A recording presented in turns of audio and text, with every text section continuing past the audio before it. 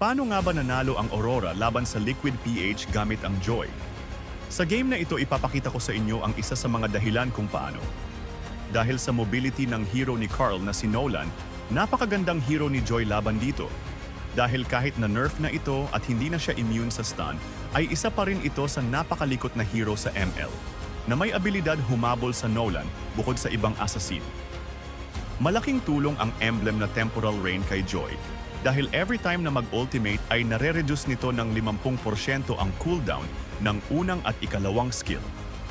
Kung mapapansin nyo sa game highlights, sa tuwing may team fight o makikita ni Demon Kite si Nolan ay tila naka-target lock ito at dadaanan lang niya muna ang ibang hero ng Liquid PH pagkatapos niya itong patayin.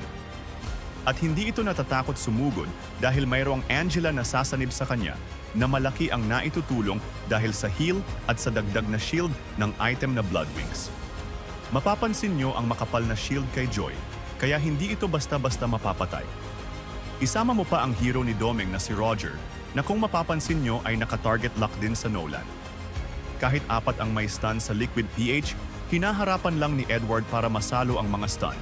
At dahil Edith ang hero niya, magkakast lang ito ng ultimate.